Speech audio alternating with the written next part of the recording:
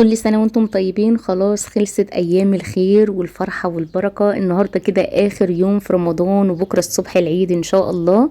ربنا يعود علينا وعليكم الايام بالف خير يا حبايب قلبي. روتين النهاردة كده روتين رغاوي العيد. عايزة اقول لكم خلصنا الدنيا وبقت الدنيا زي الفل ورغينا كده حبة رغاوي حلوين. انا يا جماعة ما بحسش بفرحة العيد الا لما برغي شوية الرغاوي الحلوين اللي انتوا شفتها دول. طبعا تعالي نخش في الروتين ونصلي بينا على سيدنا محمد. اللهم صل وسلم وبارك عليك يا حبيبي يا رسول الله، عليه افضل الصلاه والسلام. وحشتوني قد الدنيا دي كلها. طبعا يا قمرايه لو انت لسه اول مره تشوفي قناتي نوريني بالاشتراك وفعلي زر الجرس على الكل عشان يوصلك كل جديد انزله. واوعي تنسيني باللايك الجميل بتاعك. الكحك ده مش اللي احنا عملناه خالص. طبعا انا عملت كحك وبسكوت الحمد لله، عملتهم اي نعم متاخر قوي بس عملناهم فالحمد لله. ربنا يعيننا ويقوينا. الكحك ده اللي بيجيلي من الشغل بتاعي، هم بيجيبوا لنا من فشور بس المره دي جابوا لنا كرتونه كبيره شويه ووزنها اخف شويه. طبعا انا كنت بوريكم كل حاجه فيها بس انا عايزه اقول لك خلصت في يوميها. الكرتونه دي جات لي مثلا بقالها اسبوع. مجرد ما جت، احنا اصلا من عشاق الكحك والبسكوت قوي، مجرد ما جت خلصت في يوميها. والكرتونه طبعا مش هنرميها، هنستغلها معانا لما نعمل البسكوت بتاعنا هنشيلها فيه. تعالوا بقى نخش على التنظيفات الجميله بتاعتنا. وهي هبت معايا يا جماعه ان انا اغسل خشب السراير، واول مره اعملها من ساعه ما اتجوزت. بصراحه خشب السراير مش بغسله بس حسيت ان هو مطرب وانا ما عنديش ملمع والكلام من دوت. فروحت جايبه الفرشه ورحت جايبه شويه ميه باوكسي او باهي اللي موجود عندك، الاتنين شركه واحده. للي قالك لي قبل كده استعملي باهي، طبعا انا استعملت باهي وبحب باهي وعارفه ان هو ممتاز وجميل. الاتنين يعني لو تشتري الكيسين او تبص في الكيسين عند المتجر اللي هتشتري فيه هتلاقي الاتنين تبع شركه ارما، فالاتنين شركه واحده والاتنين نفس النتيجه. وباهي فعلا ارخص بس اللي بلاقيه قدامي ما لقيتش باهي فبضطر اشتري اوكسي، والاتنين كويسين والاتنين نتيجتهم حلوه. انا بميل لاوكسي شويه فعشان كده لما بخش المحل اللي هشتري فيه بدور على اوكسي. المهم يا امارات رغينا كده شويه في العلبه الصغنونه اللي عندنا ديت. وبدات كده ان انا اغسل شبابيك السراير معايا ونضفتها ولمعتها. هي طبعا مش هتفضل باللمعه دي معانا الا لو في ملمع للاخشاب، فبما ان انا ما عنديش فحبيت كده احس ان التراب الناعم اللي عليها كله يتعمل. انا يا جماعه مش بحب يعني مش بحس بفرحه العيد الا لما بعمل كده. مين فيكم زي كده بيحب يشقلب الدنيا ويشيل ويرغي؟ الكلام ده انا بشيله في المواسم، يعني في الاعياد، دخلت صيف دخلت شتاء، الرغاوي والحاجات دي برتاح قوي في الحركه دي. بحس كده ان فعلا الدنيا اتغسلت ونطفت. انا على الطريق عندي تراب ناعم كتير قوي ممكن ما يتشافش كده اللي هو ايه يبان، بس انت لما تقومي تعملي تغسلي لا بيبقى فيه باين تراب في ميه المسيح اللي بتمسحي فيها. فبحب كده ان انا ارغي واظبط الدنيا. طبعا احنا دخلنا على الاوضه الاول، خرجت كل اللي فيها الاول وزعفتها ونفضنا الشباك والسلك، وبعد كده رحنا كنسينها ودخلنا بقى الشبابيك بتاعه السراير غسلناها. وبعد ما غسلناها اديناها المسحه المتينه كده زي ما انتم شايفينها. وهبدا كده بالفوطه ان انا انشف شويه الميه المنديه دي. وعادي ما فيش مشكله، الشباك مفتوح معانا بيهوي الدنيا معانا على طول. وزي ما قلت لكم انا على طريق فبيخش لي كميه هوا بقى ما شاء الله. فاحلى حاجه على الطريق انك بيخش لك هوا حلو قوي وان الدنيا بتكون واسعه قدامك. بس اصعب حاجه الاتربه الناعمه اللي بتخش لي بتبهدل الدنيا معايا على طول. المهم قعدت بقى بالمساحه كده وبالفوطه الصغننه دي ان انا انشف الميه لو في ميه زياده في اي حته انا ما خدتش بالي منها او المساحه ما جابتهاش، عشان ان شاء الله بقى نبدا ندخل السرير ونحط السراير في مكانها زي ما هي. انا بصراحه نفسي اغير نظام الاوضه دي بس مش متاح عندي خالص، عشان كمان عندي شبابيك السراير عاليه على الشباك. انا نفسي احط السريرين تحت الشباك بالظبط ويبقوا في وش باب الاوضه كده شكلهم باين، حتى الملايات والحاجه اللي هتبقى مفروشه عليهم يبقى شكلهم اوضح واحسن. ان شاء الله اعملها قدام. الله المستعان. ربنا يعيننا ويرزقنا بما نتمنى وافضل ويرزقكم بما تتمنوا ويكبر بخواطركم يا رب العالمين.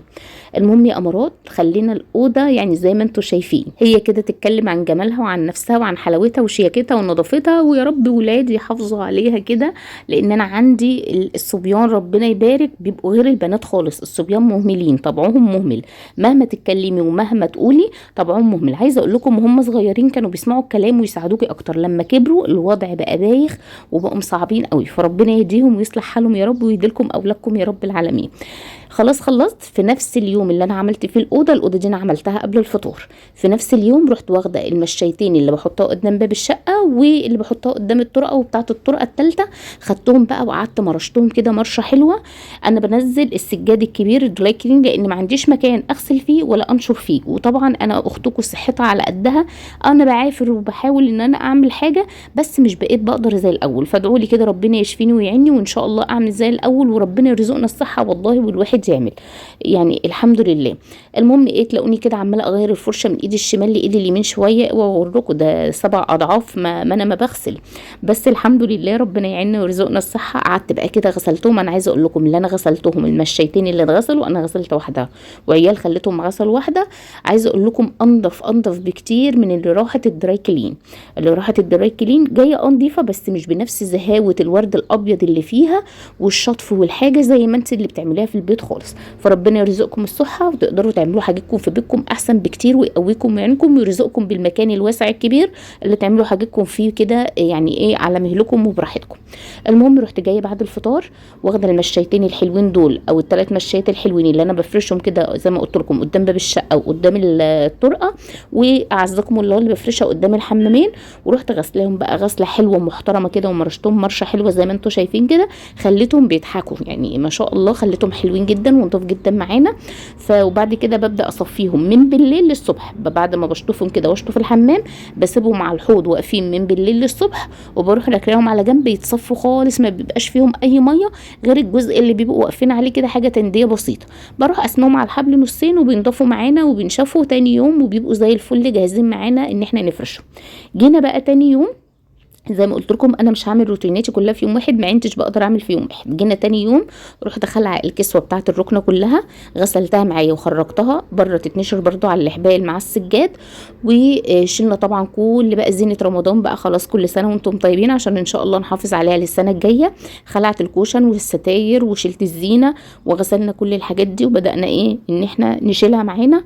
وهننزل الستاره دي دلوقتي. وارخم حاجه الشباك الكبير ده رخم قوي قوي قوي، هطلع اغسله دلوقتي لان فعلا الشباك محتاج يتغسل. انا طلعت وانا بنزل الستاره لقيت عليه كميه اتربه محترمه، يعني لقيت عليه تراب من فوق ناعم زي ما انتم شايفين كده، فكان طبعا محتاج ازاز كله يتغسل. وانا نفسي اغسله من بره بس اخاف لاني حاسه ان الشباك مش ماسك نفسه حلو قوي، اخاف اميل عليه ياخدني وينزل في الشارع. فبغسله من جوه وبنضف من جوه على قد ما بقدر. وغسلت عايزه اقول لكم البلتكانه بتاعه الستاره معايا، جبت معايا الفوط اللي هي بتاعه المطبخ الحلوه اللي انا بحبها ديت، وشويه ميه واوكسي برضو، وبدات ارغي بقى على الازاز كله على الدنيا كلها. ونضفنا الازاز والسفل كله بتاع الالمونتال، وبدات اشطب بقى بميه نظيفه بعديها. غرقنا شويه ميه محترمين بس مش مشكله، كده كده احنا هنمسح في الارضيه دلوقتي وايه، وغرقان بغرقان بقى ننضف الدنيا. لاني طبعا تنظيفه الشباك دي انا مش بعملها على طول، يعني بعملها مثلا كل عيد، مش بعمل تنظيفه الشباك دي على طول. هي فوطه منديه بمسح الحاجه اللي ايدي طايلها، انما الاجزاء اللي فوق دي ما بعملهاش الا لما باجي انزل الستاير برضو تنديه بسيطه. وانما الغسله المحترمه قوي دي بعملها كل عيد بصراحه، مش بقدر ان انا اعملها على طول لاني بضطر اشيل الركنه كلها ونعمل يعني بتبقى غلبه شويه. وتسالوني الشباك الالمونتال حلو ولا لا؟ جميل، بس بالحجم ده لا مش جميل خالص. هو انا كان نفسي يعني يتقفل شويه الطوب ويبقى شباك كده كنز اقدر ارفعه اشيله اخده اغسله في الحمام ارجع اركبه تاني، انما الغلبه اللي انا ببقى فيها دي هدت حيل بصراحه، فالله المستعان. المهم ايه، عايزه اقول لكم ان انا غسلت الشباك والكلام ده كان قبل الفطار ما فيش، وزي ما انتم شايفين كان غروب الشمس باين معانا.